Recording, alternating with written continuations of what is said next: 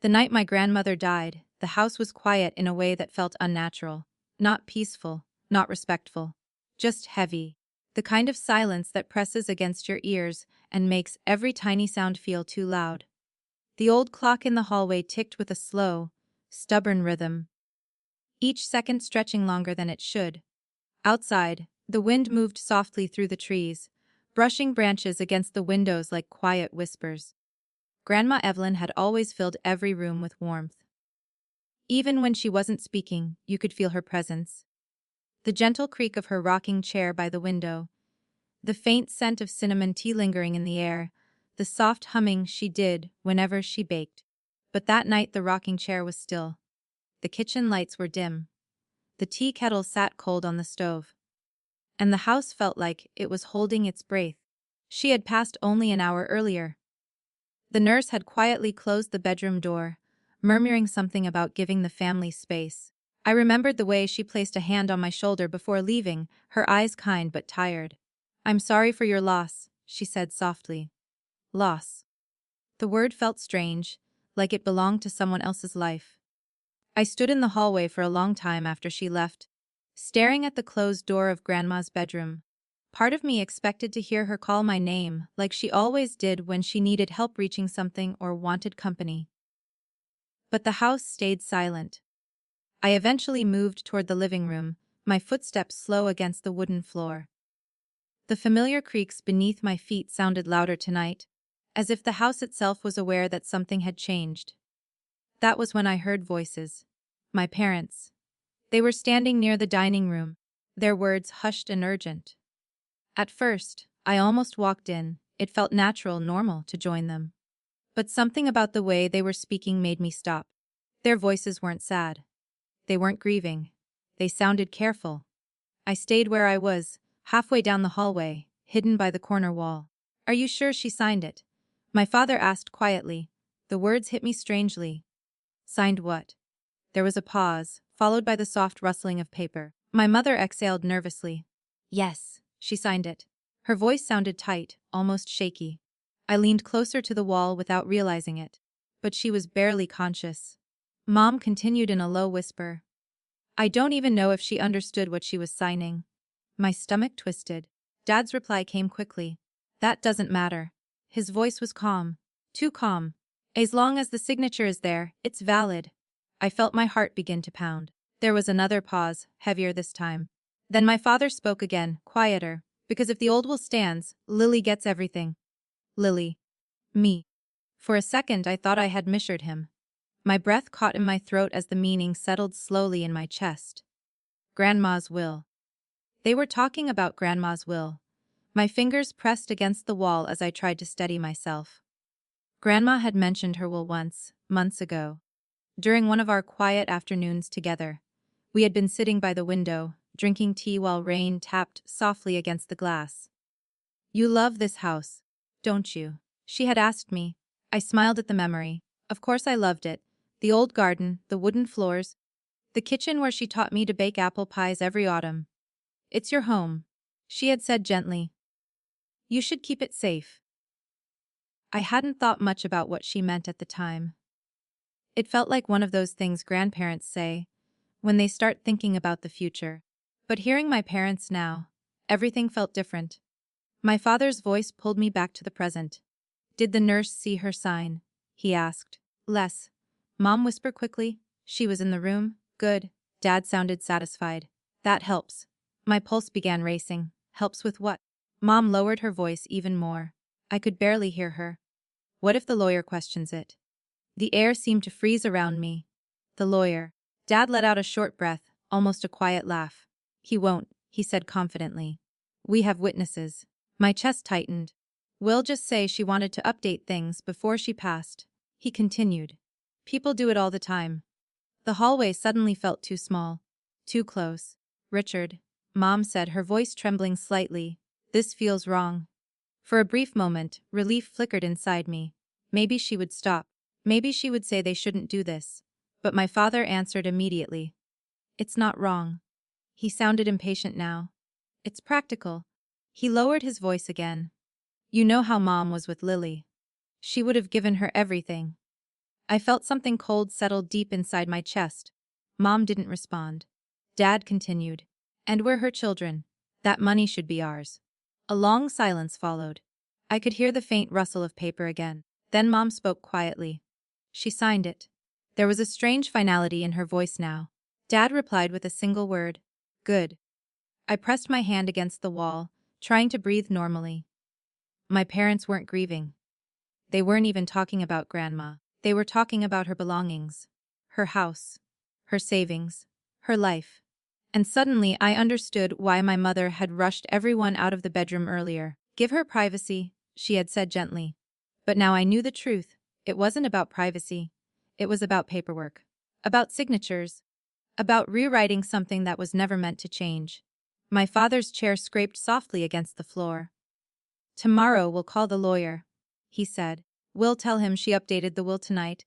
Tonight, the night she died. My stomach twisted. Mom hesitated again. What about Lily?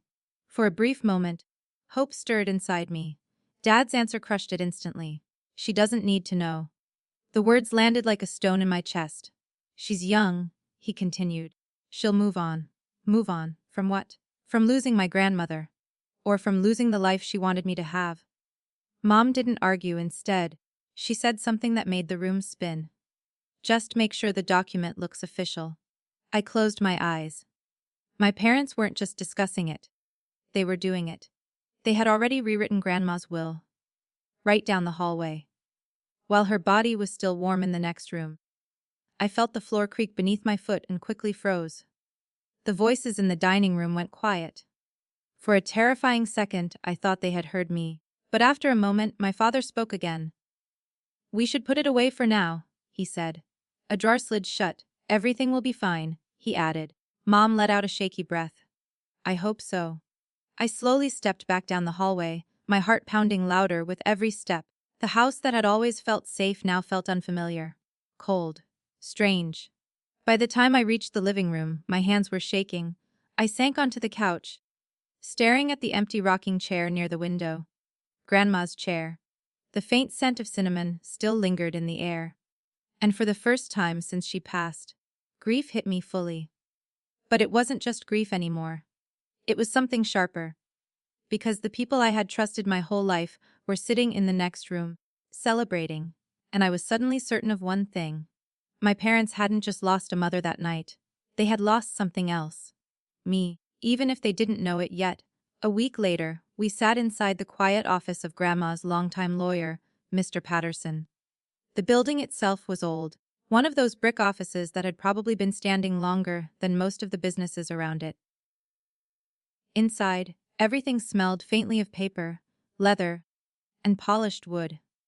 It was the kind of place where the furniture looked heavy and permanent, like nothing had been moved in decades. Grandma had trusted this man for years. I remembered coming here once when I was younger, sitting in the waiting room while she talked to him about paperwork and taxes. She had always said he was the only lawyer she truly trusted. Now I understood why. We sat around a wide oak desk that seemed too large for the room. The sunlight coming through the tall window cast long shadows across the floor, making the space feel even quieter. My mother sat perfectly straight in her chair, her hands folded neatly in her lap. She wore a black dress and a thin silver necklace, her expression calm and composed. Anyone looking at her would think she was the picture of dignified grief. But I knew better now. My father leaned back slightly in his chair, one ankle resting casually on his knee. His posture looked relaxed, almost confident. Every few seconds he glanced at my mother, and she would give him the faintest nod. It was subtle, but I noticed it. They looked like two people waiting for a meeting to end so they could get back to their day. I sat across from them, my hands resting in my lap, fingers tightly intertwined. I hadn't spoken much during the car ride over. My parents hadn't asked many questions either. The silence between us felt fragile, like one wrong word could shatter it. Mr. Patterson sat behind his desk, flipping through a thin stack of documents. He looked older than I remembered. His gray hair was combed neatly back, and thin reading glasses rested low on his nose. There was a calm patience in his movements, as though he had done this many times before. Eventually he set the papers down and looked up at us. "Thank you for coming," he said politely. His voice was steady, measured. My father cleared his throat. "Of course?" Mr. Patterson gave a small nod. "As you know, we are here to review the final will and testament of Mrs. Evelyn Carter." Hearing Grandma's full name made something tighten in my chest. The room grew even quieter. My mother lowered her gaze briefly, pressing a tissue lightly against the corner of her eye. The gesture looked practiced, almost automatic. Mr. Patterson opened the document carefully. "The will I have here is dated 6 days before Mrs. Carter's passing," he began. My father's eyes flickered toward my mother again. She gave the smallest nod. My stomach twisted. 6 days, that wasn't the night she died. But before I could fully process the thought, the lawyer began reading. Or Mrs. Evelyn Carter states that upon her passing, all debts and outstanding expenses are to be settled from her estate. The words felt distant, formal. My attention drifted for a moment to the bookshelf behind him, filled with thick legal volumes. Then he continued. The remaining assets, including her residence, savings accounts, and investment portfolio, are to be divided equally between her children, Richard Carter and Amelia Carter. The words landed heavily in the air. Divided equally. Between my parents. My chest tightened. For a moment I simply stared at the desk in front of me, trying to process what I had just heard. Grandma had always told me the house would stay with me. Not because of money. Not because she favored me. But because I had been the one who lived there with her. The one who helped with the garden. The one who cooked dinner with her when her arthritis made it difficult. The one who sat with her during long evenings while my parents were traveling or busy with work. I remembered one afternoon in particular. We had been sitting on the back porch, watching the wind move through the flowers she loved so much. She had placed her hand over mine and smiled gently. "You'll take care of this place someday," she said. "I know you will."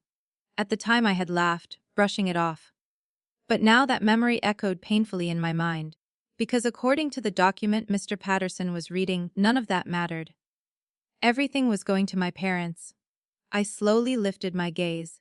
My mother was staring down at the table, her expression carefully neutral. My father, however, looked almost satisfied. Not smiling, but close. Patterson continued reading the rest of the legal details, the distribution of smaller items, the closing instructions, but my thoughts felt distant, tangled. When he finally finished, he folded the document neatly and placed it back on the desk. "Well," my father said after a moment, his voice smooth, "that seems clear enough." The confidence in his tone made my stomach turn. My mother finally looked at me. Her eyes softened slightly, though the emotion there felt strange. Not quite sadness, more like pity.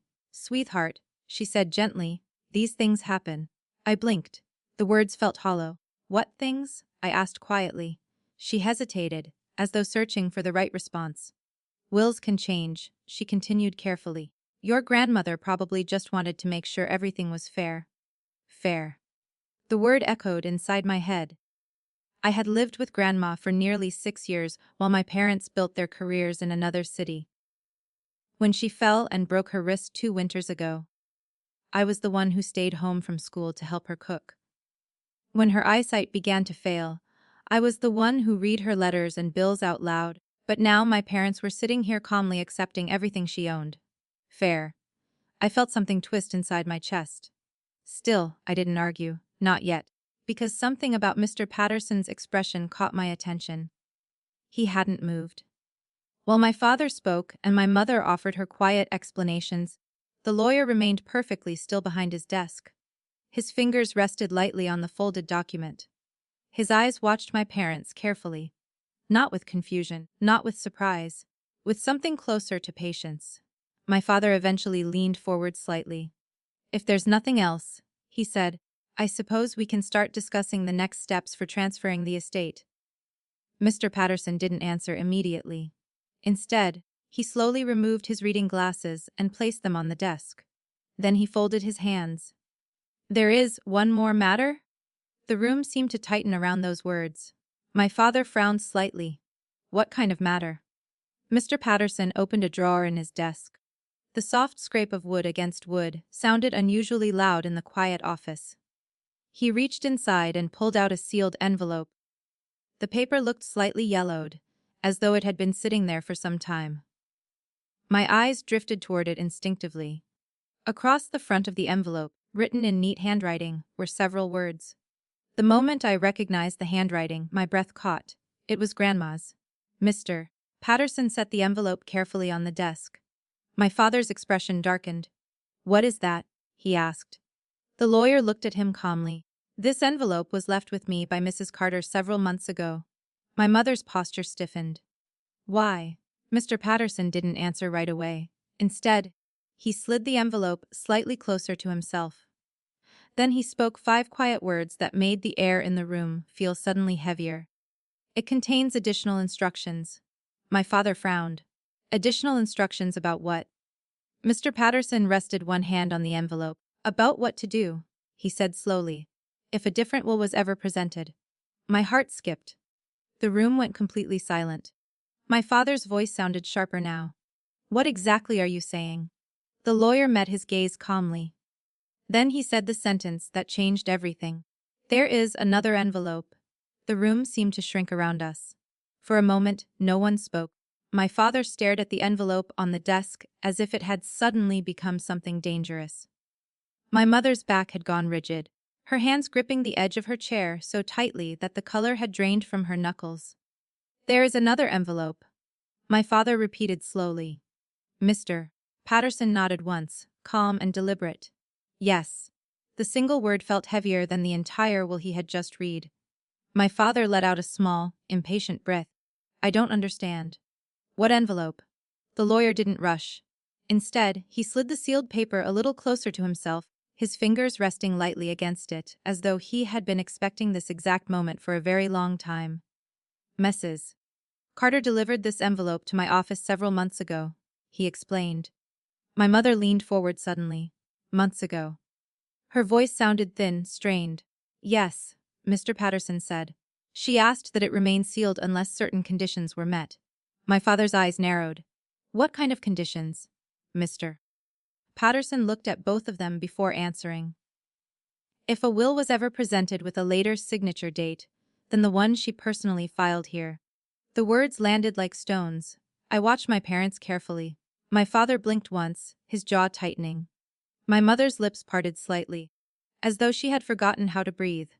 "What does that mean?" she asked quietly. Mr. Patterson reached for a small letter opener on his desk. "It means," he said, "your mother anticipated the possibility that her will might be altered." My father leaned forward sharply. "That's ridiculous." But the lawyer didn't respond. Instead, he carefully slid the blade beneath the envelope's seal and opened it. The sound of the paper tearing felt painfully loud in the quiet office. Inside were 2 items: a folded document and a single handwritten letter.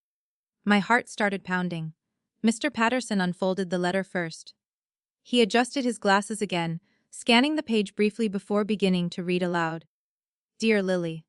The moment my name left his mouth, something in my chest tightened. My parents both turned toward me at the same time. Confusion flickered across my father's face. My mother looked stunned. Mr. Patterson continued. "If you're hearing this letter, it means your parents did exactly what I feared." The words hung in the air like a quiet explosion. My mother shook her head slowly. "No," she whispered under her breath. The lawyer kept reading. "I know my children. I raised them after all. And unfortunately, I also know their weaknesses."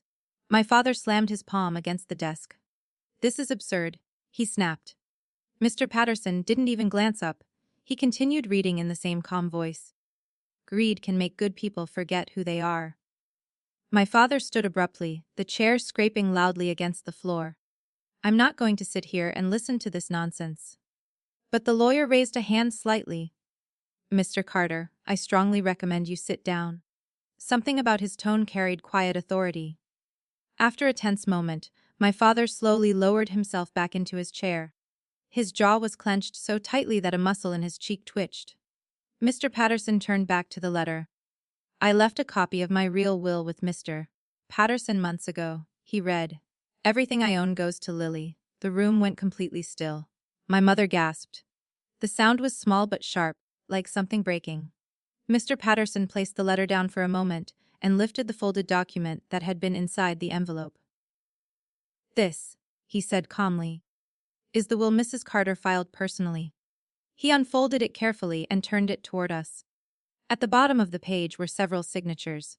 Grandma's, 2 witnesses, and a notary stamp, dated 3 months before her death.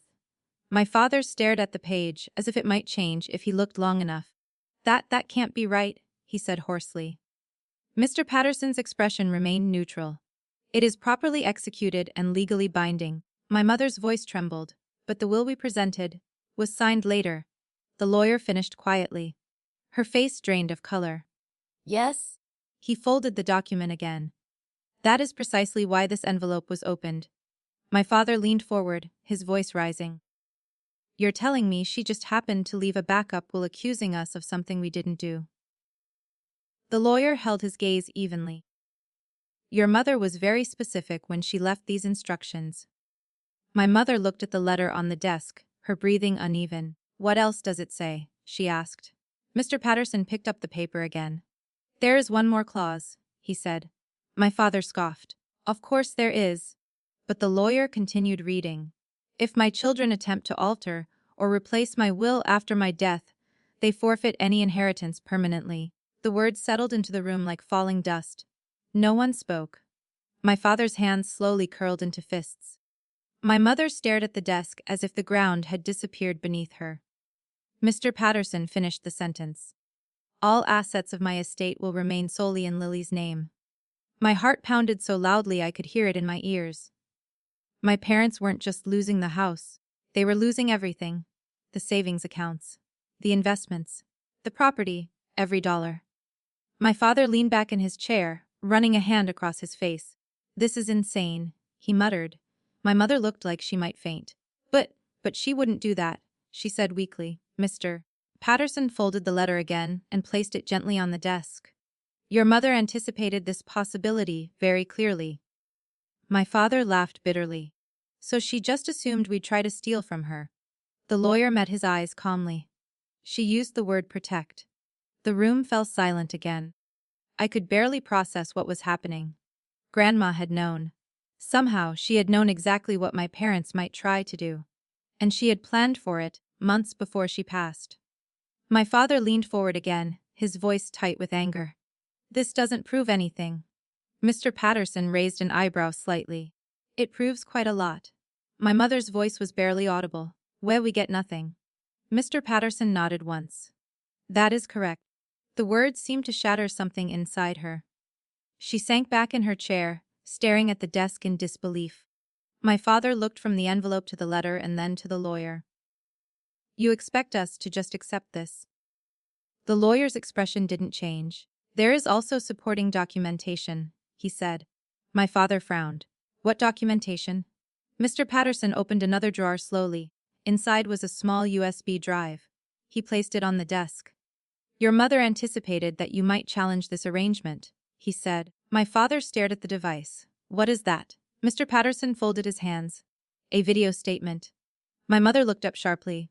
"A video?" The lawyer nodded. "Wes." He paused for a moment before adding the words that made my stomach tighten. "She recorded it personally." My father's face darkened. "And what exactly does this video prove?" Mr. Patterson looked at both of them carefully. Then he answered quietly. "It proves that your mother knew exactly what she was doing." My mother was the first to break. The moment Mr. Patterson finished speaking, something inside her seemed to snap. "You planned this," she suddenly shouted. Her voice echoed sharply against the quiet walls of the office, so loud that it startled even me. For a second I didn't even realize she was looking directly at me. My chest tightened. "What?" I said, confused. Her chair scraped loudly against the floor as she leaned forward, eyes blazing with anger. "You knew about this?" she continued, her voice trembling. "You knew she left that envelope?" I stared at her, stunned. "I didn't," I said quietly. But she was already shaking her head, as if she had decided the truth didn't matter. "You were always whispering with her," she said bitterly. "Always sitting with her in that house while we were working." The accusation hit harder than I expected. Those evenings with Grandma had never been secrets. They were just time together. Cooking dinner, watering the garden, watching old movies while she knitted in her rocking chair. But now my mother was turning those memories into something else. "You think I planned this?" I asked. Before she could answer, my father pushed his chair back and stood. "This is fraud," he said sharply. The word cut through the tension like a blade. "Mr. Patterson remained calm behind his desk. "I assure you it is not." My father ignored him, pacing once across the small office before turning back. "This entire thing is ridiculous," he continued angrily. "You can't just pull out some envelope and claim it overrides a legal document." "Mr. Patterson folded his hands together. "The will your mother filed with this office is legally binding." "And the one we presented?" My father snapped. The lawyer looked at him evenly. "That document raises several concerns." My father scoffed loudly. "Concerns? Wes." Patterson's voice seemed to make my father even angrier. "You're accusing us of forging our own mother's will," he demanded. The lawyer didn't respond immediately. Instead, he slid the small USB drive across the desk. "This may clarify the situation." My father looked down at the device. "What is that supposed to prove?" Mr. Patterson reached for his computer and inserted the drive. "A video," he said. My mother's breathing had become uneven beside me. "A video of what?" she whispered. The screen flickered to life. For a moment there was only a black image. Then the video began. And suddenly, Grandma appeared on the screen. The sight of her made my throat tighten instantly. She was sitting in the familiar rocking chair in her living room, the soft afternoon light coming through the window behind her. The same blue sweater she loved to wear hung loosely on her shoulders. She looked older than I remembered in that moment, tired, but peaceful. But her eyes were clear and focused. She leaned forward slightly toward the camera. "If you're watching this," she began softly, "then it means my children tried to change my will." The words hung in the air. My mother gasped beside me. "No," she whispered. My father's face had gone completely rigid. Grandma continued speaking calmly, her voice steady. I wish I could say I was surprised. There was sadness in her expression now. "But I've known Richard and Amelia their whole lives." My father shifted uncomfortably. "And I know what money does to people." My mother shook her head frantically. "This isn't fair," she muttered. But the video kept playing. Grandma folded her hands in her lap. "If you're sitting there right now wondering how I knew, the truth is simple." She smiled faintly. "Because I raised you." A heavy silence filled the office. "I also know that sometimes people only listen when consequences are involved," she continued. My father let out a frustrated breath. "Turn it off," he muttered. Mr. Patterson didn't move. Grandma's gaze seemed to soften slightly as she spoke again. "You always underestimated Lily." My chest tightened. "But she stayed," Grandma said gently. "She helped when my arthritis got bad. She cooked dinner when I couldn't stand in the kitchen long enough." My eyes stung suddenly. "She listened when the house felt too quiet," Grandma added. My father crossed his arms tightly. "And she never once asked me for anything in return." The words felt like warm sunlight after weeks of cold. Grandma leaned back slightly in her chair. "You two were always chasing something bigger," she continued, looking directly into the camera. "More money, better jobs, a bigger house." My mother wiped at her eyes angrily. "We worked hard," she said bitterly. But Grandma's voice remained calm on the screen. "There's nothing wrong with ambition," she said. "But there is something wrong with forgetting the people who stood beside you before you had it." My father's jaw tightened. Grandma leaned forward again.